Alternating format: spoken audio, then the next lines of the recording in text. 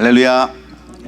저는 오늘 우리가 함께 교독했던 이 요한복음 8장 1절로 11절 말씀을 통해서 우리가 중요시해야 하는 것, 우리가 중요시해야 하는 것이 무엇인가를 함께 교훈받고 이것을 우리의 삶 가운데 적용해서 우리도 승리하는 삶, 아름다운 삶을 살아가는 저와 여러분 될 수 있기를 먼저 주의 이름으로 축원합니다. 우리가 이 세상을 살아가다 보면 먼저 해야 할 것이 있고 나중에 해야 할 것이 있습니다.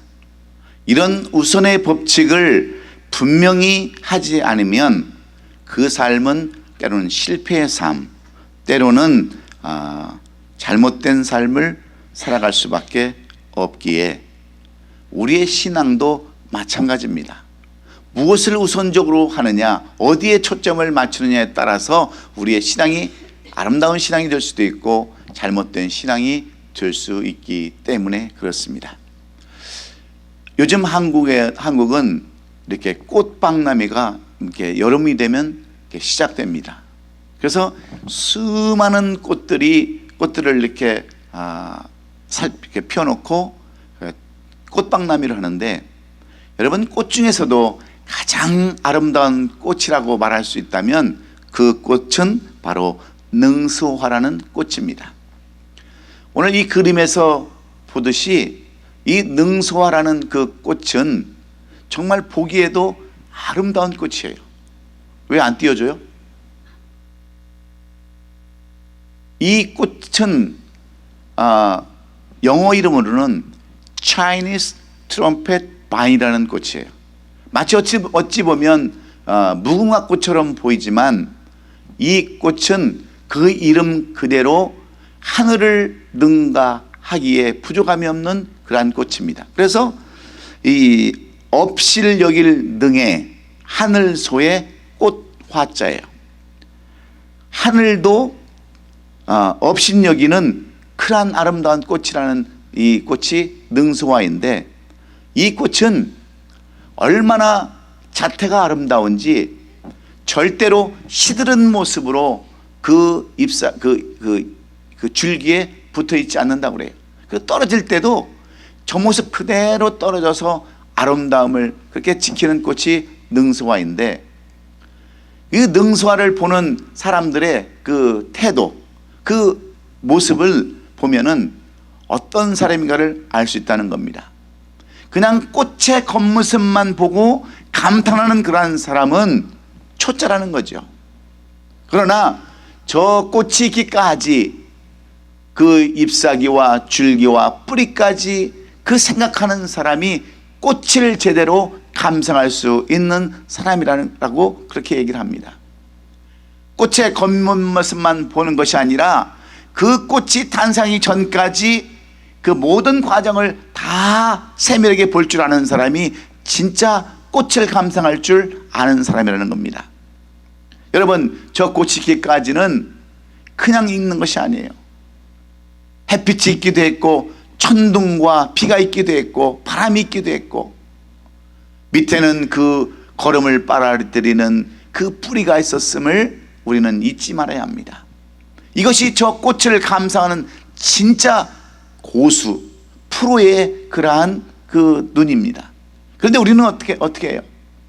대부분 초짜의 삶을 살아가지 않습니까? 그저 겉모습만 보고 아름답다라고 생각하는 그러한 삶, 그 삶이 바로 오늘 이 시대에 살아가는 우리들의 모습이기에 정말 고수의 프로의 삶을 살아가려면 이 전체적인 모습까지 볼 수 있어야 될 줄로 믿습니다. 기억상실증에 걸린 한 청년이 의사를 찾아갔습니다. 어떻게 하면 내가 내 기억을 되살려서 정말 그 회복할 수 있을까 하고 의사를 찾아갔더니 의사가 뜻밖의 이런 얘기를 하는 거예요. 물론 당신의 기억력을 살릴 수는 있습니다. 그런데 한 가지, 당신이 기억력을 살리면 잘못하면 두 눈을 실명할 수 있습니다. 그러니 당신이 선택을 하세요. 당신이 기억력을 살릴 것인지 아니면 두 눈을 잃어버리고 기억력만 살릴 것인지 아니면 두 눈을 잃어버릴 것인지를 여러분 선택하세요 그랬어요. 그때 이 젊은이는 한참을 망설이다가 심사숙고한 이후에 이런 결정을 합니다. 네, 저는 기억력을 살리는 것보다는 제 시력을 그대로 유지하겠습니다 그랬어요. 그래서 의사가 다시 묻습니다. 어떻게 그런 결정을 하게 되었습니까? 묻자 이 청년이 무슨 대답을 한 줄 아세요? 그 청년은 제가 과거에 어디 있느냐보다는 앞으로 어디로 가야 하는지를 보는 것이 더 낫다고 생각했기 때문입니다 라고 대답을 했다는 거예요. 그렇습니다. 여러분, 지난 과거보다 희망찬 미래를 선택하는 사람이 지혜로운 사람인 거예요. 부정적인 것보다는 긍정적인 삶으로 살아가는 사람이 훨씬 더 지혜롭고, 그런 사람들이 올바른 삶을 살게 된다고 하는 말과 똑같은 말입니다. 좀 더 자세히 말하면 겉만 바라보는 것이 아니라 깊은 속도 바라보기에 지혜로운 삶을 살 수 있었다고 하는 그러한 이야기가 아니고 무엇이겠습니까? 사랑하는 성도 여러분, 여러분은 어떻습니까? 꽃을 하나 보더라도 넉넉한 마음으로, 여유 있는 마음으로, 긍정적인 마음으로 보십니까? 아니면 겉만 보고 부정적인 마음으로, 그런 짧은 생각으로 그냥 잠시 표면만 보는 그러한 삶을 여러분 살아가십니까? 우리들에게 과거의 문은 이미 닫혔습니다. 하지만 미래의 문은 항상 열려 있어요. 과거 속에 계속 매 있다면 앞으로의 의미 있는 삶을 살 수가 없습니다. 우리가 크리스천으로서 기본적으로 요구되는 것은 바로 과거의 지배를 받지 않는 겁니다. 그리고 미래로 나가는 희망과 용기의 사람이 되는 것이기에 오늘 우리는 이 본문이 주시고자 하시는 그 교훈이 무엇인가를 깨달아서, 지금까지 우리가 좀 희망이 없이 살았다 한다면, 우리가 좀 더 디테일한 그런 삶을 살지 못했다고 한다면, 오늘 이 본문을 통해서 우리의 마음을 좀 넓히고 좀 디테일한 그런 자세를 가지고 이 8월을, 무더운 이 더위를 예수 그리스도의 말씀으로 식히고 승리하는 저와 여러분이 될 수 있기를 예수님의 이름으로 축원합니다. 오늘 우리가 함께한 교독한 이 본문의 말씀은 우리가 너무나도 잘 알고 있는 내용의 말씀입니다.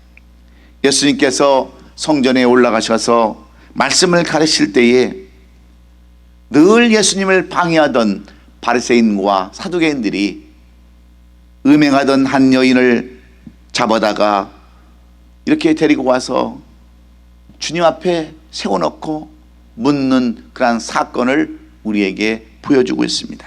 그러면서 모세의 율법에는 이런 여인을 돌로 치라고 그랬는데 선생님은 어떻게 하시겠습니까? 라고 물을 때 그들의 의도는 오늘 본문에 기록된 것처럼 예수님을 법의 올무에 가두려고 하는 의도가 깔려 있었습니다. 예수님을 시험해 보려고 하는 의도가 깔려 있었어요. 그러면서 예수님을 곤경에 빠뜨렸을 때 예수님은 깊이 생각하신 후에 단 한마디, 너희 중에 죄 없는 자가 먼저 돌로 치라 하시는 말씀이 오늘 이 본문의 가장 키포인트의 말씀입니다. 그러자 사람들이 들고 있던 그 돌 하나씩 다 땅에 내려놓고 다 가버렸다 하는 그러한 내용들로 이 말씀이 기록되어 있습니다. 그리고 모든 사람들이 다 갔을 때, 아무도 없었을 때 예수님은 이 여인에게 오늘 10절로 11절에 뭐라고 말합니까? 여자여, 너를 고발하는 그들이 어디 있느냐? 너를 정죄한 자가 있느냐 없느냐? 없나이다 대답했을 때, 나도 너를 정죄하지 않으니 너는 가서 다시는 죄를 범하지 말라, 이렇게 말씀하셨다는 내용으로 오늘 이 본문의 말씀이 끝이 납니다. 그런데 여러분, 결과는 어떻습니까? 이 여인, 잘못하면 돌에 맞아 죽을 수밖에 없었던 이 여인, 큰 죄를 지었던 이 여인이 오늘 예수님께서 하신 이 말씀을 통해서 회개하고 돌아와서 예수님의 가장 사랑하는 여인, 예수님께서 십자가에 달리셨을 때 가장 먼저 그 굴 앞에 나와서 예수님께 그 옥향을 바르기 위해서, 예수님께 그 제물을 드리기 위해서 왔던 그 여인, 막달라 마리아라는 여인으로 거듭났음을 우리에게 말씀해 주는 내용 아닙니까? 한 여인을 이렇게 변화시켜서 위대한 하나님의 딸로, 하나님의 종으로 세우셨던 이 말씀을 통해서 오늘 우리는 무엇을 교훈받아야 할까요? 이 말씀을 기록한 주님의 사랑하는 제자 요한은 우리에게 우리의 삶에 있어서, 우리의 신앙생활 가운데 있어서 무엇이 가장 중요하다는 것을 말씀해 주시려고 이 말씀을 여러분 기록했을까요? 우리는 오늘 이것을 포인트로 잡고 중요시 여겨서 우리의 삶 가운데 적용한다고 한다면 쓸모없는 여인, 가늠한 여인, 돌에 맞아 죽어도 시원찮을 그 여인이 변화된 것처럼 우리의 삶도 변화되어서 하나님의 위대한 종으로, 하나님을 기쁘시 하는 종으로 사용될 줄로 믿습니다. 그러면 오늘 우리의 삶 가운데, 신앙 가운데 중요시 여길 것이 무엇입니까? 예수님은 이 여인을 통해서 우리에게 보여주시는 첫 번째 가장 중요한 것이 무엇이라고 말씀하는 것일까요? 첫째는 사건보다 사람을 더 중요시했다고 하는 것을 우리에게 보여주는 줄로 믿습니다. 본문은 가늠하다가 현장에 잡힌 여인의 이야기를 써놨습니다. 그것도 소문으로 들은 것이 아니라 직접 현장에서 잡힌 그러한 가늠한 여인의 이야기입니다. 오늘 본문 3절로 5절에 보면 서기관들과 바리새인들이 음행중에 잡힌 여자를 끌고 와서 가운데 세우고 예수께 말하되 선생이여, 이 여자가 가늠하다가 현장에서 잡혔나이다. 모세는 율법에 이러한 여자를 돌로 치라 명하였거니와 선생님은 어떻게 말하겠나이까 하는 내용이 써 있습니다. 이 본문을 보면 서기관들이나 바리새인들은 이 여인이 가늠했다고 하는 그 사건에만 초점을 맞추고 있습니다. 즉 가늠한 사건만 말하고 있다고 하는 거죠. 이처럼 사건을 보는 것이 보편적으로 사람들이 하는 행동입니다. 우리는 어떤 일을 할 때 사건에 치중을 합니다. 그 일이 일어난 것에 대한만 치중을 하고 결론으로 모든 것을 다 이렇게 보는 경향이 너무나도 많이 있죠. 이처럼 사건을 보는 것이 보편적인 사람들의 눈과 마음인데, 여러분 대부분의 사건에 집중되어서 우리는 말하지 않습니까? 그 사건 때문에 얼마나 많은 사람들이 피해를 보는가, 그 사건 때문에 얼마나 많은 일이 일어났는가, 그 사건 때문에 우리가 얼마나 피해를 보고 그 사건 때문에 우리가 얼마나 영향을 느꼈는가, 그 사건에만 초점을 맞추는 것이 우리들의 현실이라는 겁니다. 이렇게 사건을 보는 것이 보편적인 사람들의 눈과 마음과 생각인데 예수님은 전혀 그러지 않으셨습니다. 예수님은 바리새인들처럼 사건을 보는 것이 아니라 먼저 그 사람에 대해 초점을 맞췄어요. 그래서 본문에 예수님은 그 사건을 보면서 이렇게 말씀합니다. 7절에 너희 중에 죄 없는 자가 먼저 돌로 치라. 이 말씀을 깊이 알아보면 예수님은 여인의 간음 사건을 전혀 말씀하지 않았어요. 이 여인이 간음을 했다 안 했다 거기에 대한 초점을 전혀 맞추지 않았습니다. 예수님은 바리새인과 다르게 사건이 아니라 먼저 사람을 생각하는 마음, 영혼을 생각하는 그러한 마음을 가졌다고 하는 것이죠. 그래서 모든 문제가 다 해결됩니다. 사건만 보았다면 정말 복잡하게 문제를 이끌어 나갔을 거예요. 왜냐하면 그런데 사건은요, 사건을 끌고 가는 것이 아니라 사람으로 끌고 갔던 이유를 우리는 알아야 돼요. 왜냐하면 이 세상에 죄 없는 사람 한 사람도 없기 때문입니다.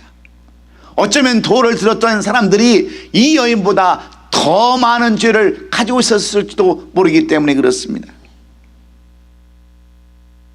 비록 이 여인은 사람들의 눈에 보이는 죄는 지었지만 바리새인들이나 다른 사람에게는 숨겨진 더 큰 죄들이 있을 수 있었기 때문에 그렇습니다. 죄짓고 사는 자신의 양심을 알고 있었던 죄인들이었기 때문입니다. 그러니까 모든 사람들이 예수님의 이 말씀 한마디에 다 돌을 내려놓고 뿔뿔이 헤렸다고 하는 것이 바로 주님이 우리에게 말씀하는 내용 아닙니까?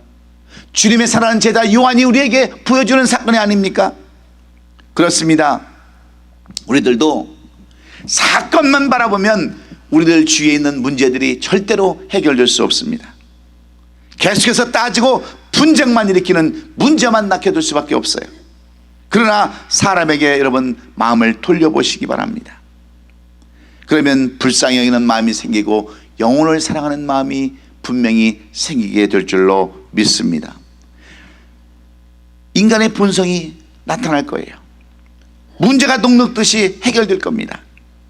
언제나 사건이 아니라 사람을 보는 예수님의 마음을 가지신다면 모든 문제는 다 해결되게 되었다는 거죠. 여러분, 가정에 왜 문제가 생깁니까? 왜 직장과 사업에서 인간적인 관계가 여러분 생겨납니까? 이 일을 잘했느냐 못했느냐는 사건만 바라보기 때문에 그런 거 아니에요? 그러나 그 영혼을 사랑하고 그 영혼을 정말 생각하는 마음이 생긴다고 한다면 여러분, 문제는 다 해결된다고 하는 거죠. 우리의 모든 인간과의 갈등이 다 어디서 생깁니까? 생겨난 사건들만 바라보기 때문에 그런 겁니다.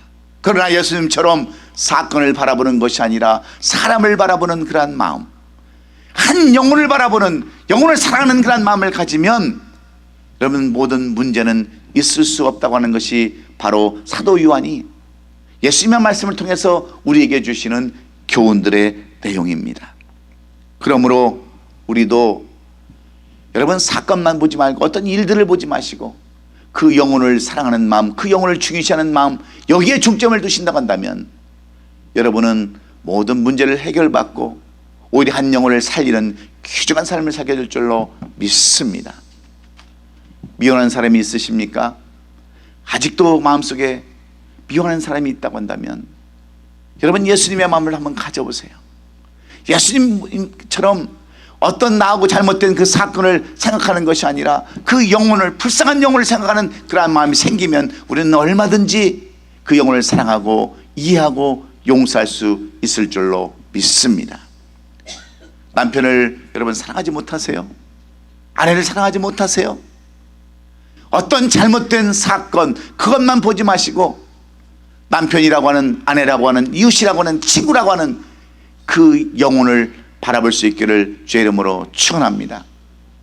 남편이 실수해서 어떤 경제적인 손해를 끼쳤다 할지라도, 아내가 개를 잘못해서 개가 망해서 쫄딱 망했다 할지라도 사건만 바라보지 마시고 여러분 그 영혼을 바라보고 남편이라고 하는 이 영혼, 아내라고 하는 영혼, 이웃이라고 하는 영혼을 바라볼 때 하나님이 주시는 그 놀라운 감정으로 치유받고 해결받는 역사가 있기에 여러분도 사건만 바라보지 마시고 그 영혼을 바라보는 귀중한 마음이 있기를 주의 이름으로 축원합니다. 종교개혁자인 마틴 루터가 어느 날 이 종교개혁을 해야 되는지 말아야 되는지 숱하게 밀려오는 그러한 유혹과 협박 속에서 갈등하고 있을 때 어느 날 마귀가 찾아와서 이 마틴 루터를 정죄합니다. 그러는 너는 옳으냐? 너는 의인이냐? 네가 어떻게 이 천주교회가 주장하는 그런 모든 것들을 반대하고 종교개혁을 하겠다고 하는 거냐? 정죄할 때 그는 고민하다가 생각을 했습니다. 그래서 이 마귀가 그러는 거예요. 너는 절대로 종교개혁을 할 수 없다.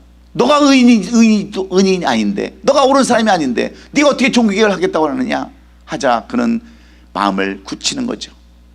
그러나 나는 주임에도 불구하고 저 잘못된 교리 때문에 수많은 사람들이 피해를 입고 수많은 사람들이 어려움을 당하는 이러한 교리는 내가 그대로 놔둘 수 없다. 사람들의 잘못된 것을 이용해서 연부를 끄집어내고 돈을 집어넣어야 구원 얻을 수 있다고 하는 잘못된 교리를 내가 그냥 둘 수 없다고 하는 그러한 결단을 가지고 내가 비록 죄인이지만 나도 옳은 사람이 아니지만 내가 저렇게 잘못된 영혼들이 고난당하는 것을 보고는 가만히 있을 수 없다고 하는 그 사건보다도 그 영혼들을 바라보는, 불쌍한 영혼들을 바라보는 그 마음으로 그런 결단해서 위대한 종교개혁을 이루었다고 하는 것이 바로 여러분 마틴 루터의 종교개혁 아닙니까? 그가 뻔뻔한 죄인이어서가 아니라 루터는 사건보다 본질을 보았기 때문입니다. 사탄보다 그 죽어가는 영혼들을 보았기 때문에 그래요. 그래서 종교개혁을 단행했다고 하는 것인데, 루터가 하나님의 중심의 마음을 가졌기에 하나님의 중심의 마음이 사람의 마음의 중심의 마음입니다. 사람 중심의 마음이 모든 것을 이기는 그러한 힘이 있습니다.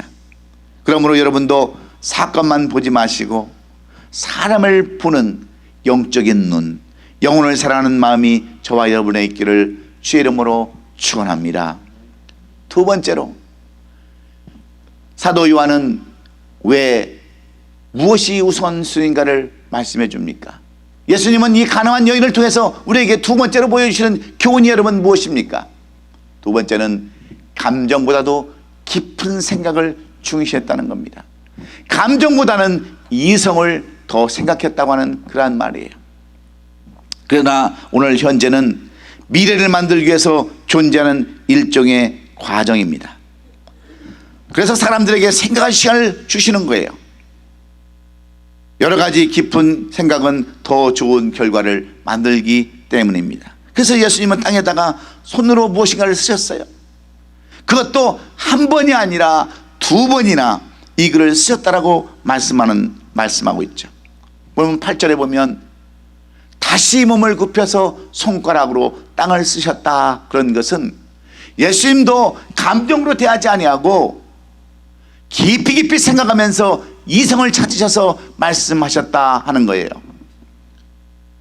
예수님을 향해서 어떻게 하면 시험을 할까, 어떻게 하면 예수님을 공경에 빠뜨릴까 하는 바리새인과 서기관들을 향해서 예수님께서 감정으로 대하셨다고 한다면 어떻게 바리새인들과 서기관들이 다 돌을 넣고 돌아가게 할 수 있었겠어요? 그러나 예수님은 땅에다 쓴 글을 두 번이나 연거푸 쓰시면서 감정보다는 이성을 찾기 위해서 시간을 가지셨던 것을 오늘 우리에게 보여주시는 것입니다. 그렇습니다. 감정이 앞서면 일을 그르칠 수밖에 없어요. 그러나 무엇이든지 깊이 생각하면 일을 빠르게 하게 되어 있습니다. 지금 이 여인은 전장에서 죄를 짓다가 잡혀왔습니다. 그래서 여인에게는 운명이 달린 문제입니다. 앞으로 이 여인의 인생이 여기서 끝장나느냐 아니면 다시 회복되냐는 이 문제가 달려있는 너무나도 중요한 문제인데, 이런 죽고 사는 문제를 어떻게 여러분 감정으로 해결할 수 있겠어요? 그런데 바리새인과 서기관들은 유대인의 율법대로 이 여인을 돌로 쳐 죽이라고 합니다. 감정대로 하자는 거예요. 그러나 예수님은 이 여인의 그 모든 사건들을 감정으로 처지 않습니다. 이성으로 깊이 생각한 다음에 이성으로 생각을 하면서 너희 중에 죄 없는 자가 이 여인에게 돌을 먼저 던져라고 하는 이 말씀을 주시는 거예요. 예수님은 이 여인에게 미래의 희망을 주셨습니다. 우리가 어떤 일을 할 때 항상 좋은 쪽으로 그래서 생각을 해야 되는 겁니다. 희망적으로 생각해야 합니다. 사람을 죽이려고 하는 것이 아니라 살인 쪽으로 생각을 하면서 인생을 살아가야 되는 거예요. 여러분, 교회도 마찬가지 아닙니까? 교회도 살리려는 그런 마음으로 생각을 해야 되는 거예요. 그런 생각은 하나님이 기뻐하시는 생각이기 때문에 그렇습니다. 그래서 예수님은 글을 쓰시면서 생각하는 귀를 가지시고 감정대로 하지 않았어요.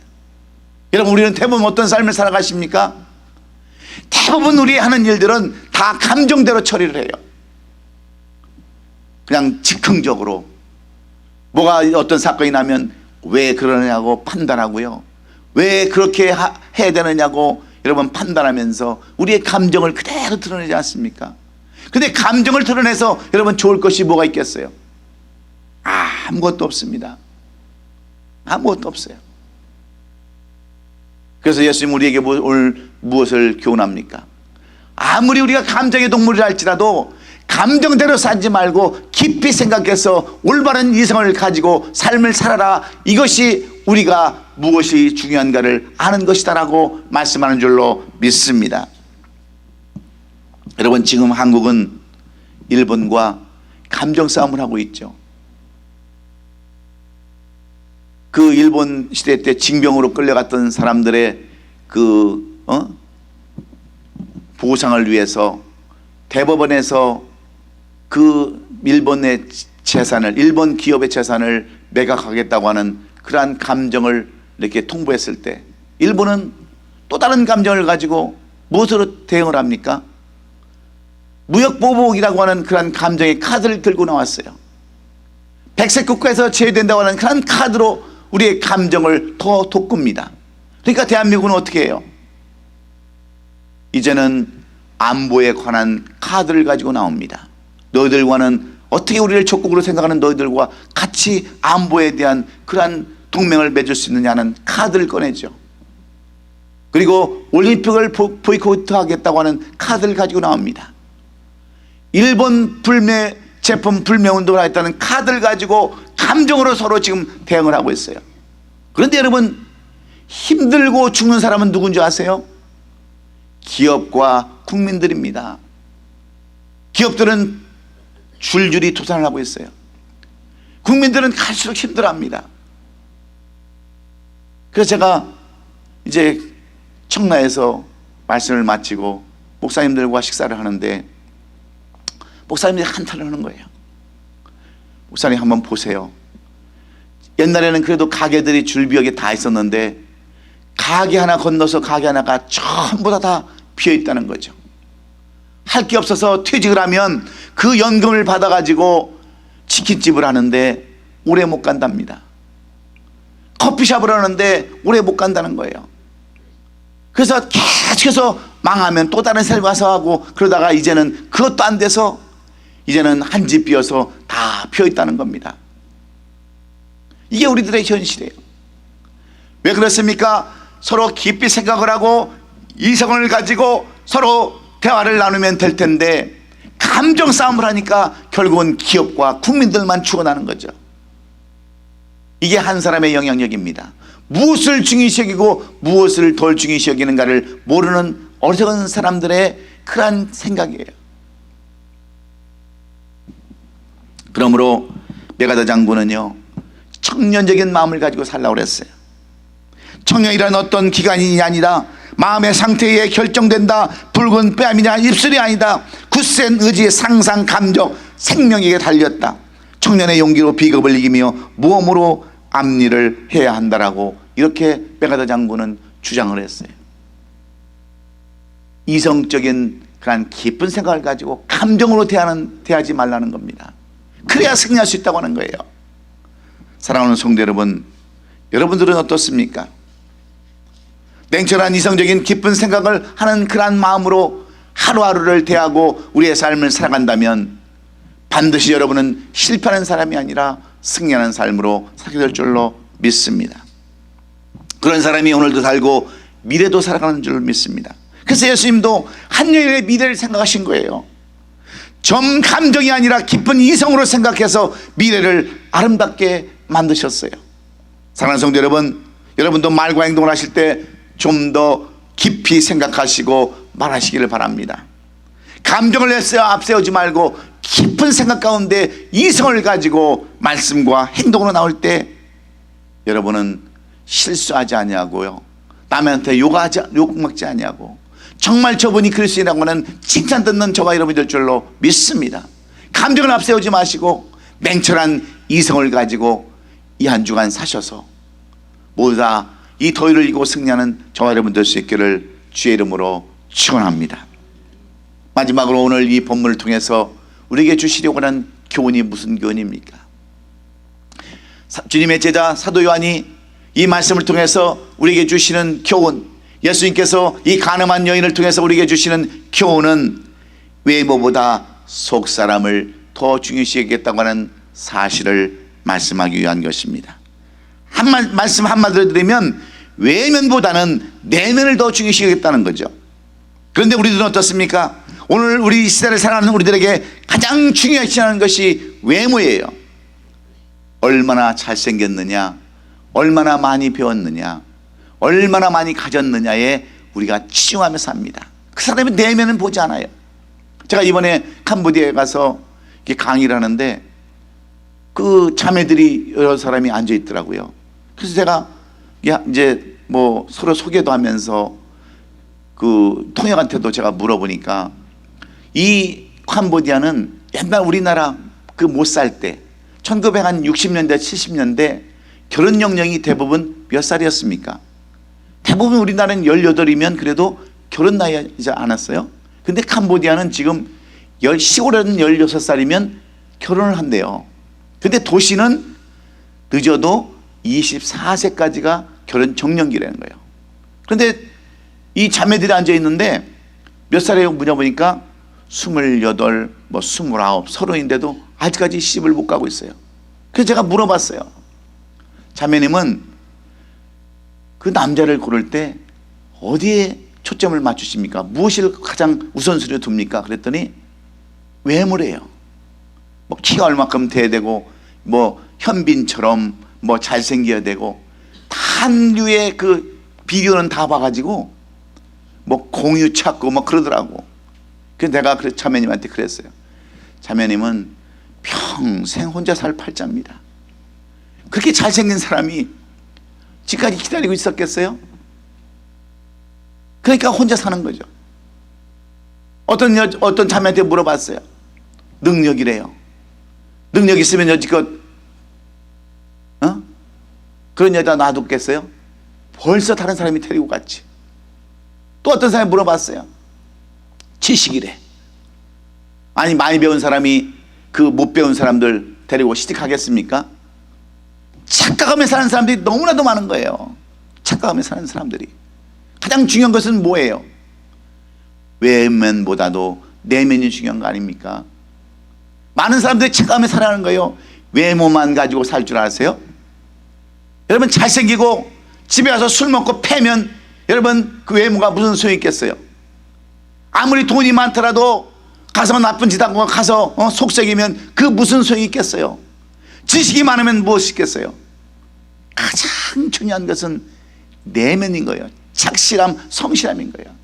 그 제가 제 딸들한테도 늘 강조하는 것이 그래요. 잘생긴 거 보지 말아라. 돈 많은 것, 많이 배운 것 보지 말아라. 내가 이 나이 먹도록 보고 결론 내리는 것은 그래도 착실한 것, 신앙이 있는 것, 믿음이 있는 것, 그것이 더 중요한 것이지 무슨 외모가 필요하며 무슨 실력이 필요하며 무슨 가진 것이 필요하느냐. 그렇지 않아요? 여러분 실력 있고 돈 있고 외모가 훤칠해서 속색이고 맨날 가정에서 불화를 일으키면 무슨 소용이 있겠느냐 말이에요. 차라리 믿음 있고 성실한 것이 낫지 않겠습니까? 그랬더니 그 아가씨들이 그러는 거예요. 목사님 말이 맞습니다. 그래서 이제 시집갈 수 있을 것 같아요. 우리 현종희 전사님 잘 들으세요. 다른 거 아무것도 필요 없어요. 믿음과 성실성만 있으면 살 수 있는 거예요. 그렇지 않습니까?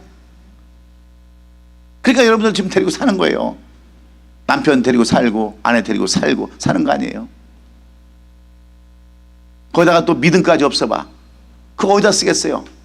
실력도 없지, 가진 것도 없지, 외모도 없지, 믿음마저 없으면 그거 어디다 쓰겠냐고요.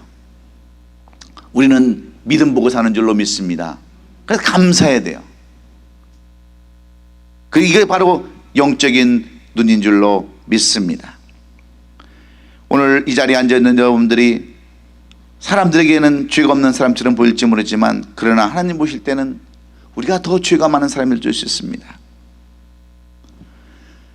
오늘 본문에 나오는 이 여인요, 사실은 정말 죄인 중에 죄인이죠.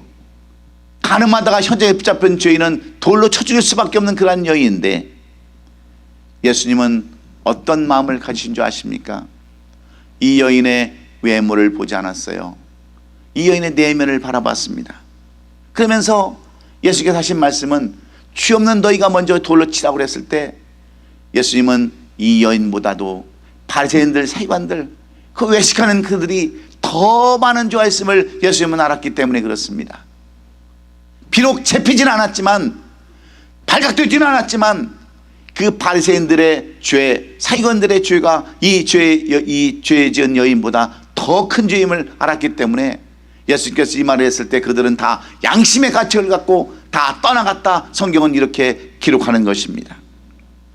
사랑하는 성도 여러분, 우리말에는 빙산일각이라는 말이 있어요. 눈에 보이는 것은 10분의 1밖에 안 되지만 그 물 안에 잠겨 있는 것이 10분의 9라는 사실을 우리는 잊지 말아야 돼요. 그래서 우리는 외모보다도 내면을 더 중요시하는 삶을 살아가야 되는 줄로 믿습니다. 신앙도 마찬가지, 믿음도 마찬가지예요.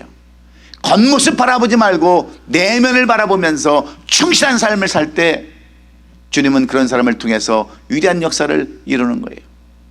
오늘 이 가늠한 여인은 외적으로는 죄인일지 모르지만 내적으로는 성실한 사람이었음을, 왜 가늠했는지 무엇 때문에 가늠했는지 우리는 알 수 없지만 주님이 보시기에는 외면을 보지 않으셨어요. 내면의 그 여인을 바라봤을 때 이 여인은 다시는 그런 죄를 짓지 않냐고 주님을 섬기는 그런 여정으로 성경에 기록되는 막달라 여인으로 기록된 것을 우리가 볼 때 우리도 외모를 보지 말고 내면을 바라보는 저와 여러분이 될 길을 예수님의 이름으로 축원합니다. 사랑하는 성도 여러분, 여러분의 내면을 한번 솔직히 들여보시기 바랍니다. 어쩌면 현장에 사이 잡힌 여인보다 더 크고 더 많은 죄를 짓고 사는 그러한 우리들도 모릅니다. 사실은 아직도 하나님께 눈 감아주셨기 때문에 이 자리에 편하게 앉아 있는 거지, 우리의 죄를 드러낸다고 한다면 얼마나 우리가 많은 죄 가운데 살아가는 저희들입니까?